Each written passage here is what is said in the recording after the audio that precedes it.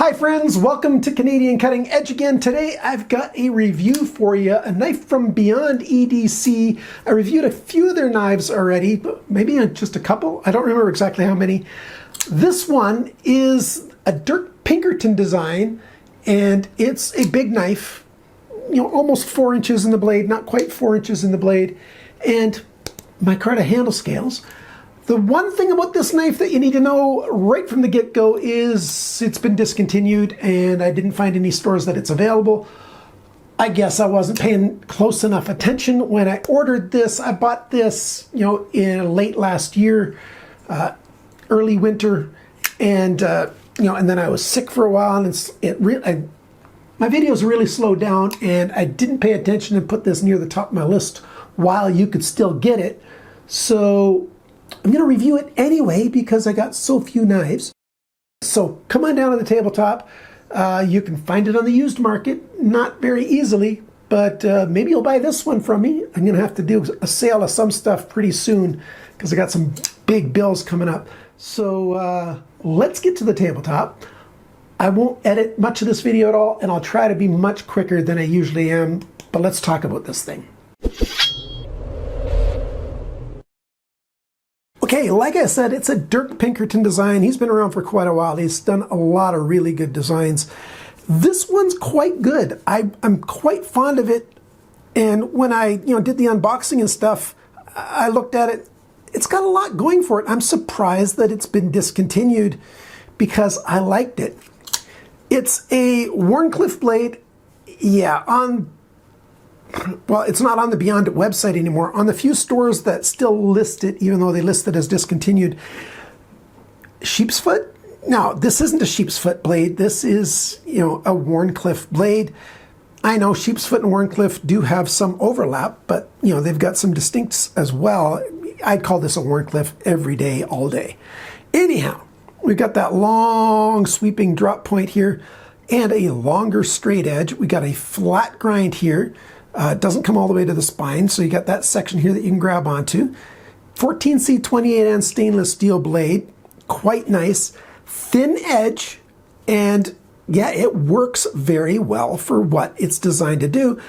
For a Wharncliff knife, yeah, it cuts really, really well. It's decently sharpened at the factory, at least mine is. You got a tip for a lot of precision work. The blade itself is good. The badging on it is excellent. Beyond right there. From Beyond EDC, nice and small, up on the flat, where I like it. On this side, you got Dirk Pinkerton's logo right there. And then over here, you've got 14C28N, then the model BEDC2107. All right, so let's keep talking about good things about this knife.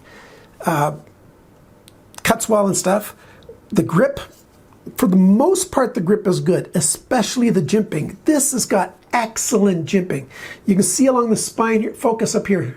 Come on, camera. Camera, focus up here. There you go. We've got jimping along the liners here, and then long jimping on the spine there. That's very well done. There's nothing I would change about this jimping on this handle here. Then on this other side, you've got it at the back of the handle as well, which is very well done. I'm happy with that jimping back here. So the grippiness in hand, quite nice. Micarta, it's a nice grippy micarta. We've got this not quite OD green, but it's closer to OD green than forest green micarta. Quite nice.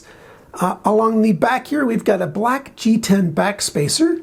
And there you see a couple holes. So pocket clip, deep carry clip that goes on either side. That's nice.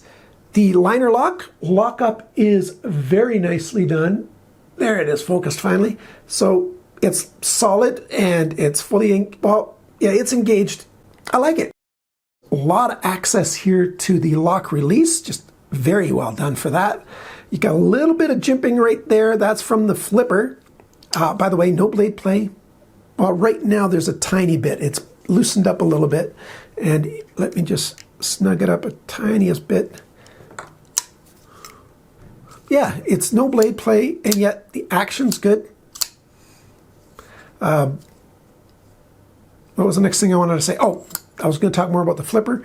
There's the flipper. Look at that. focus. I know this camera's really slow to focus sometimes. That flipper, it's like a scoop right here. It's perfect. That's a very good, you can press down on it, you can do the light switch, and it just works, and then it acts as a tiny bit of jimping for a little extra protection when you're piercing stuff with the blade out. Very well done. So that's a load of the pros. Here's some of the cons.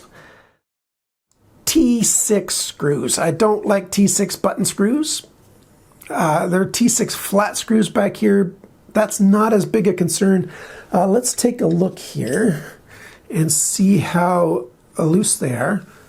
You know, there's a little bit of wobble in there, so it's a little bit not as high tolerances on these screws as I would like, but it's not terrible. You know, so yeah, it's okay. Just be careful, don't strip those out. And then this one's a T8 up here. And let's do it the same way this way. See, I'm trying to wiggle it back and forth and it's just not moving as much. Yeah, so the T8 is to higher tolerances and T8's less likely to strip than T6 to start with. So T6 screws that need better tolerances so that they're less likely to strip out. I don't like the T6. That's the first con. The next con is only a very common con with liner lock knives. The liner lock, you got a nice cutaway on this side to bring your thumb in, but this side, if the handle scales are chamfered or rounded over enough, you're getting a thin edge right along here. So a thin edge here, and there's a thin edge here because there's this chamfer cutaway. So that means if you're gripping it while you're using it and you're gripping it tight because you're working hard, it creates a hot spot in your hand along your index finger right there. Left-handers don't have as much of a problem just because of anatomy and the way it works, because you're gripping more on this side than you are on that side, and it fits the way your hand shape is and the way your finger shape are. So if you're left-handed, it's not really a concern, but most of you guys are right-handed, and so it's a little bit of a hot spot there. Not a major concern, not a big deal, but I'm giving you all the cons. The third con is just, it's a little ugly that the detent hole for when it's closed is outside of the handle, and you can see the arc where the detent ball line is rubbing. Most knives don't do that anymore. That used to be much more common 15 years ago or so, maybe even more. You still see it every once in a while. I don't like that. That detent ball being, the hole for the ball being exposed there. The detent itself, though, is pretty good. Let me see. It doesn't make a lot of noise, but it holds well, and when it opens, yeah, good, decent knife. I mostly really like this thing. Let's take this thing apart and we'll show you how it's constructed. Oh, the other con for a lot of people will be there's no lanyard hole. So if you really like lanyards, you might be not wanting this knife because there's no lanyard option. And, I can't do anything about it at this point. Let's just take these screws out. Take the blade apart. So there you go. There's a tiny bit of skeletonizing on that side. Let's open this up. Yeah, we've got the internal stop pin there. We've got ceramic ball bearings, which is quite nice. The internal stop pin, neither here nor there. I don't mind it for this knife. It's decent. A little bit of skeletonizing here. And here we have your G10 black, oh, I was off camera.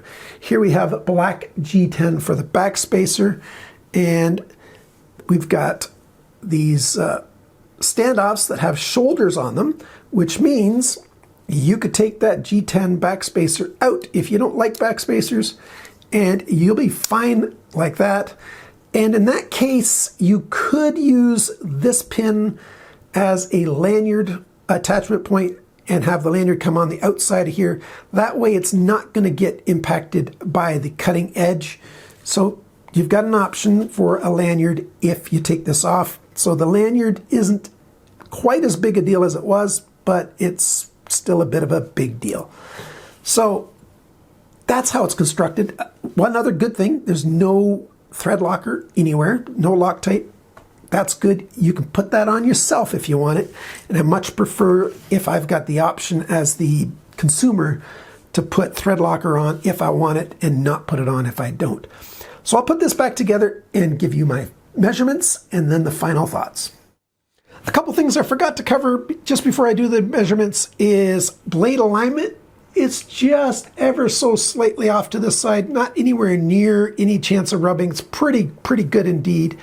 The other things were, yeah, the pivot pin's D-shaped to merge with this one liner, so it's partially D-shaped, but yeah, it's not a free spinning, so this side is just fine being completely flat and nondescript like that. And what was the other thing? Oh, I didn't show you the pocket clip. Right here, how well the pocket clip works. Climbs over every time, goes to that full depth. Yeah, nicely done in all those regards. Measurements now. 127 grams. Oh, I didn't convert it to ounces. That's on the screen how many ounces this is. Factory sharpness, 195 best on my tester. Decent, quite good actually, not bad. The cutting edge length between my thumbs is 92.5 millimeters, 3.64 inches, so 2 3/4 of an inch. Blade length, tip of the blade to the closest spot on the handle, 98.1 millimeters, 3.86 inches. Thickness of this blade stock, 3.29 millimeters, 0.1295, so just over 1/8 of an inch thick. Blade depth, it's actually biggest right there. It's a little more narrow here. It's biggest right there. 26.9 millimeters, 1.06 inches. How thick is it behind the grind? So the sharpening grind, the edge here, 0.4 millimeters, which is 15.5 thousandths of an inch thin. That's one reason why it slices and cuts so very well. So if that's a little too thin for you, just sharpen it a few times and it'll get a little thicker. I know that's not a great solution, but yeah, I like it the way it is. The handle length, length here, 123.5 millimeters, 4.86 inches. So the proportions are pretty good. 4.86, 3.86, not bad. The grip area, just over 10 centimeters, just over 4 inches. So lots of grip for a lot of hand sizes. Extra large hands in terms of width. Yeah, that fits easily in there. The handle thickness, 14.1 millimeters, which is 0.555 of an inch, so a little over half an inch thick. I don't mind it for this knife. The handle depth this way within the grip area, it's a little wider here, and that's the widest point, but an inch, 25.4 millimeters, gets a little thinner back here. When the knife is closed, the widest point is right here, the flipper, and the guard point of the handle, 39.1 millimeters, 1.54 inches, and the total length is 222 millimeters, which is 8.5 inches. I didn't write it down again. It's on the screen exactly how many inches that is. Already went over the price and stuff. So one weird thing about this knife, and maybe it affected its sales or not, it's called slim. Like that's not actually the name of it, but the word slim is something that Beyond EDC has put into their marketing, and so most of the websites that were selling this were also calling it slim. There's nothing slim about this knife. Not in the traditional definition of the word slim. So maybe that affected it. People bought it and go, hey, wait, that's not slim. So yeah, it's a good knife. It's a good flipper. It should still be in stores. It should still be available. They should still be making more of these. If you're looking for this knife, well, you're going to have to look hard. Pay attention to my YouTube channel. I will announce a sale eventually. Yeah, and that's all we're going to talk about today. Thank you so much for watching my video. Thanks for liking, sharing, commenting, and subscribing. And remember, friends, cut towards your chum, not your thumb.